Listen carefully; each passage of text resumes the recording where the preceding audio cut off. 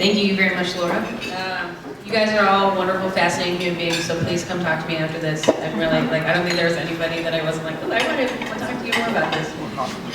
Okay, so my talk is called Ada and Scissors, Reframing Women in Tech, and that might seem a little weird, but I want to talk to you about Ada Lovelace, and I also want to talk to you a little bit about me. So before I worked in tech, I was actually a plastics engineer. My favorite part of being an engineer was helping people solve problems. I'm going to guess there's probably some of you in the audience. And I think Ada and I have that in common. In fact, solving problems is still my favorite part of my job today.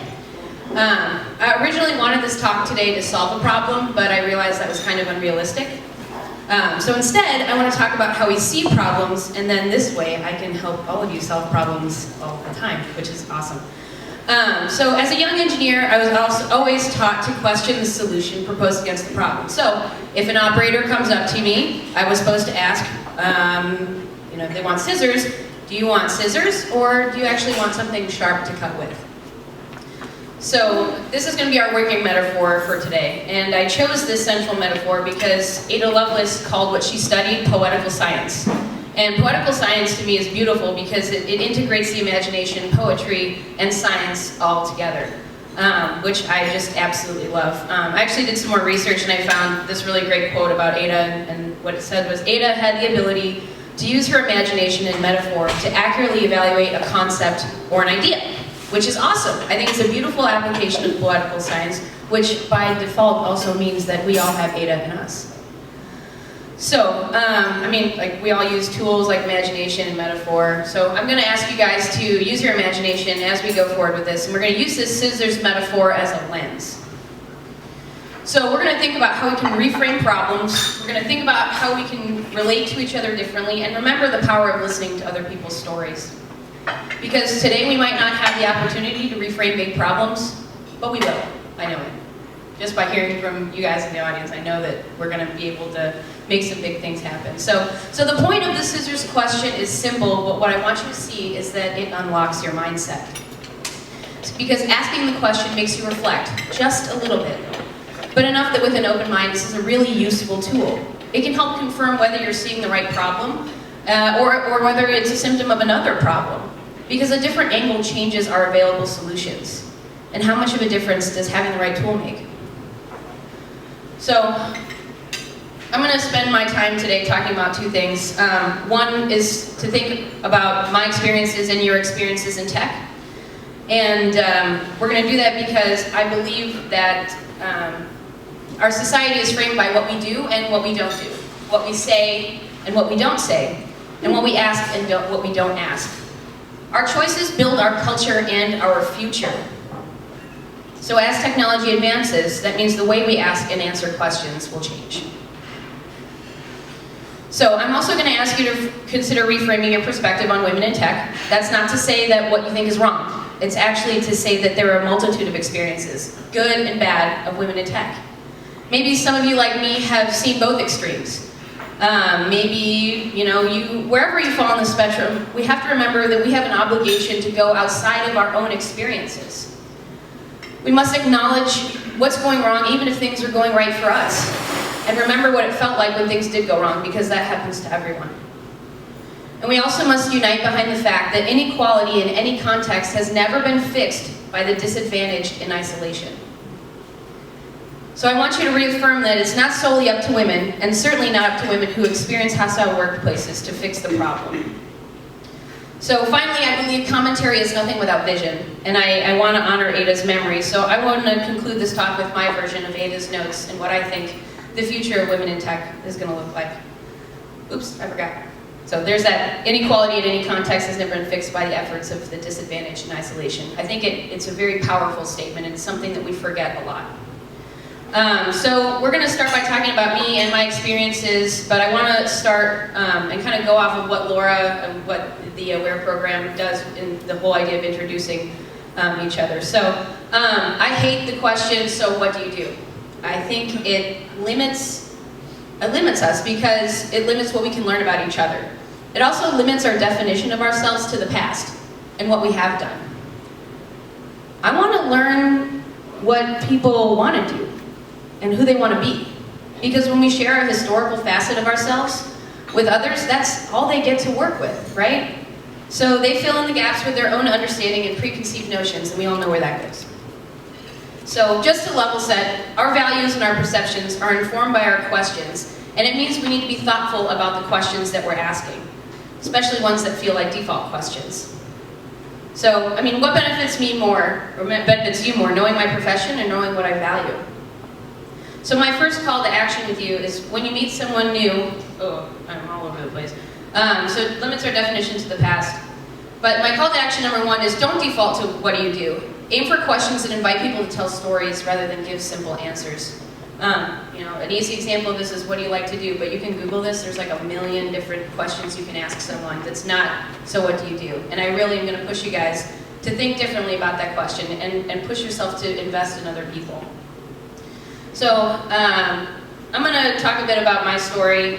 So my undergraduate degree is actually in anthropology. I'm not an engineer by profession. I'm an engineer by training. I came of age working as a mechanical engineer in a plastics plant, and I spent a lot of time worrying about whether the people I worked with liked me or not. And it was really, really important for me to be viewed for my competency first. I wanted everyone to know that I was super helpful and super, ready to go get them, take on the world, whatever you want to call it. So knowing this about me, what do you think went through my head the first time somebody said, "Oh, Mona, I'm putting your deliverables in pink"? It actually didn't only just happen once, it happened several times. For the record, honestly, I don't mind pink. I do mind that you've taken stereotypical gender norms and stuck them on me like bad wallpaper. I think that it's important to talk about these kinds of things and important to share my own experience, because if we don't talk about it, then nobody knows, right? So, were these just small jokes made by unassuming men? I'll tell you what my answer is. It doesn't matter. I'm not telling you because I want to complain. I'm telling you because silence is dangerous and stuff like that hurts.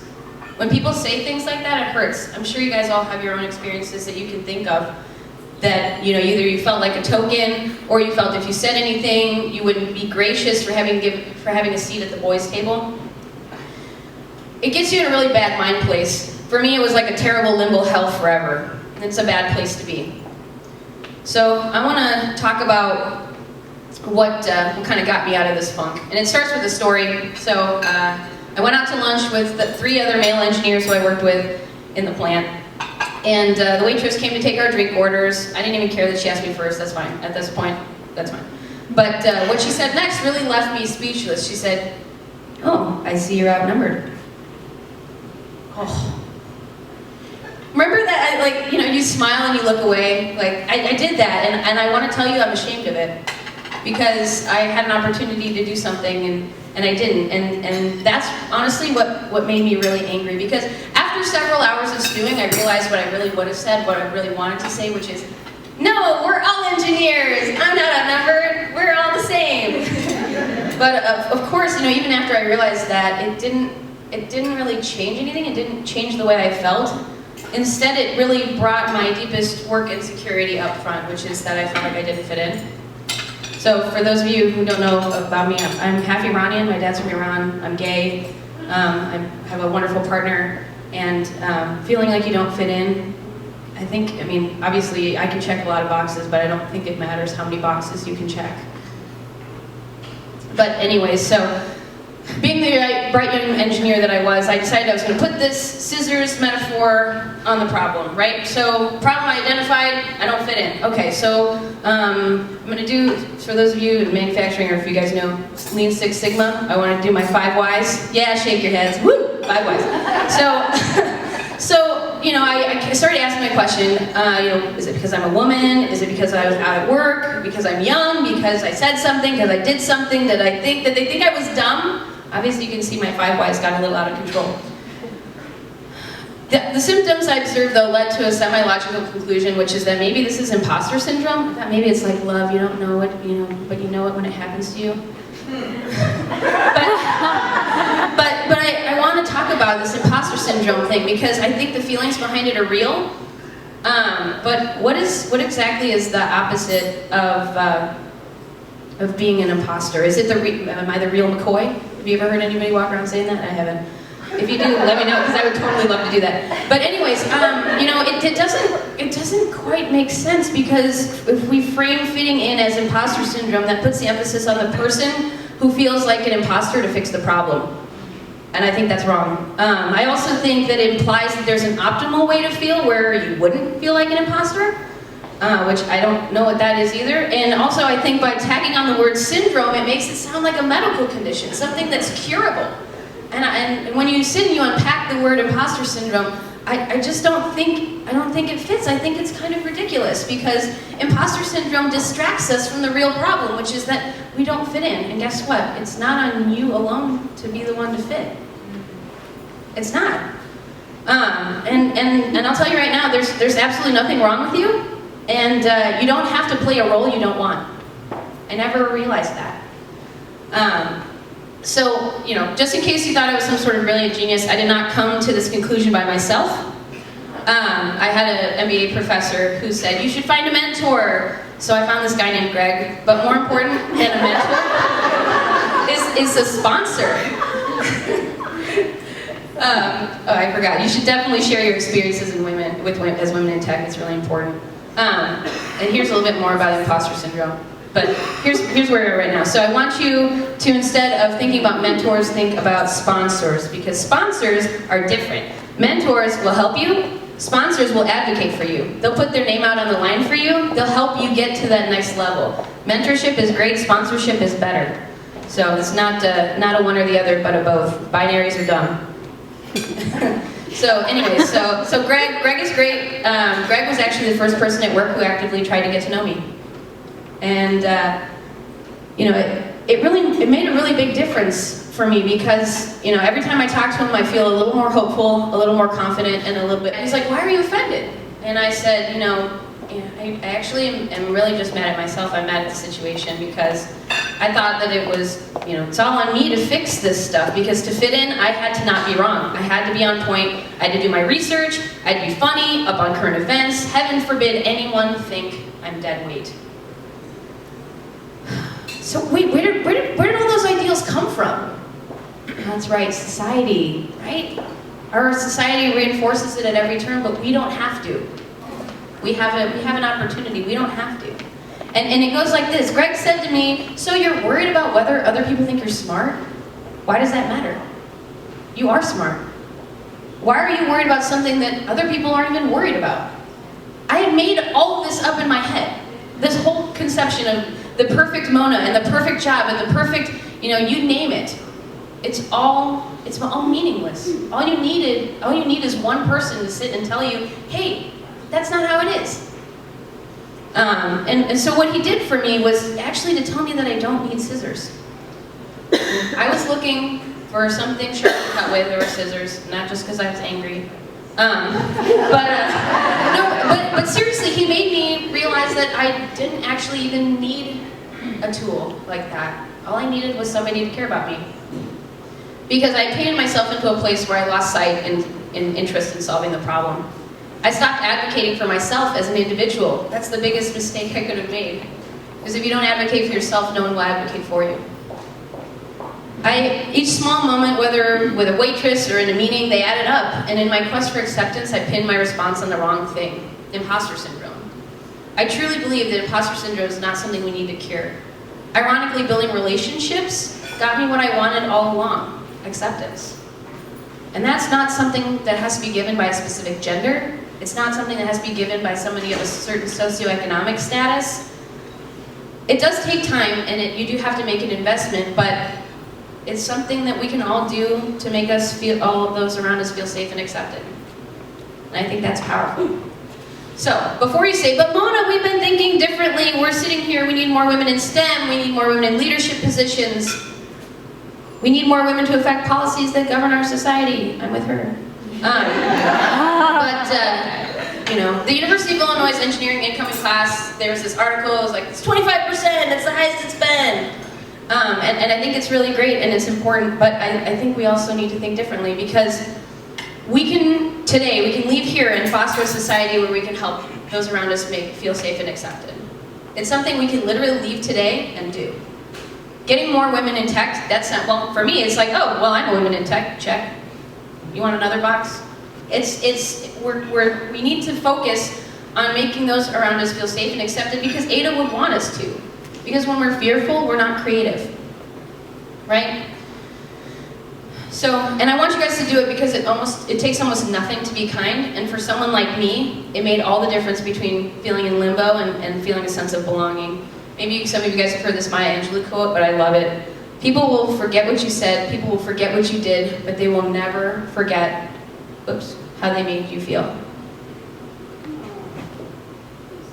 Right? They'll never forget how you made them feel. So, I think this feeling is infectious. And on that note, I want to talk about my vision of the future of women in tech.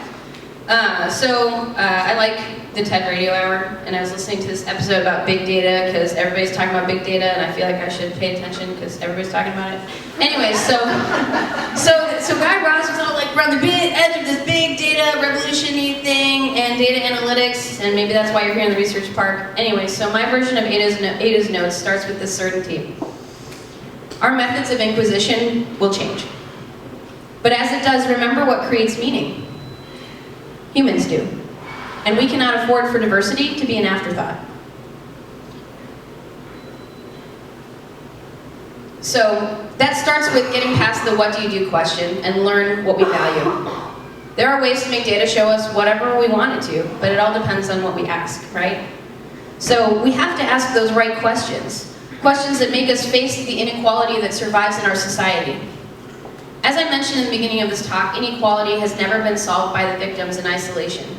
We can show charts and percentages demonstrating that there are more women going into tech, but in honor of Ada, I ask you the scissors question.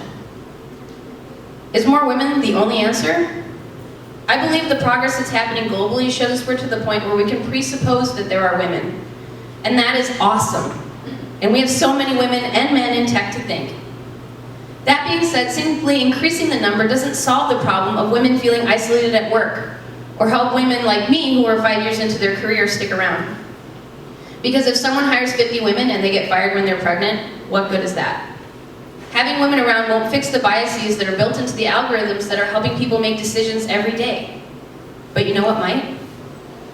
Diversity of thought, diversity of opinion. The point of the scissors question is simple, but what I want you to see is that it unlocks your mindset. I know I can't essentialize my experiences to everyone, but as a young woman entering the real world, the biggest thing I struggled with was finding my place. To feel like I was contributing. And most of all, I wanted to feel safe to be myself. Imposter syndrome is dangerous because it obfuscates the real problem. I never stopped to consider that there wasn't anything wrong with me. So my version of Ada's notes removes imposter syndrome as a topic within women in tech. It's damaging, and I think it's stereotypical, and I think it's biased. In my version, there's also no fake it till you make it. In my version, we say take risks and be yourself because there's no reason to fake it. You're great, there's nothing wrong with you, I promise. In fact, perhaps the most important thing is for you to be yourself, because with authenticity comes courage, and with courage comes action. My version of Ada's notes focuses on building relationships with those around us because they help us see what we cannot. We need more diverse workforces because diversity in teams means diversity of thought. And it is only through filling those thought gaps that we can move towards equity and not equality. In my version of Ada's notes, by learning about others, we start to fill in how we can help them and how they can help us, which creates a cycle of trust, knowledge, education, and purpose. Because changing the questions we ask changes the available answers. It changes how we relate to each other, and that, my friends, is I think what keeps us coming back for more. So what did a different angle mean for my problem and the available solutions? And how much of a difference did making the right tool have? Well, for me, it made all the difference. Before I finish, I have one request. If what I said made you think, challenged you, even if you disagreed with it, tell someone about it. Start the conversation. Ada was one person in a long line of thinkers, of inventors, of women and men, and so are you and I. Thank you for your time.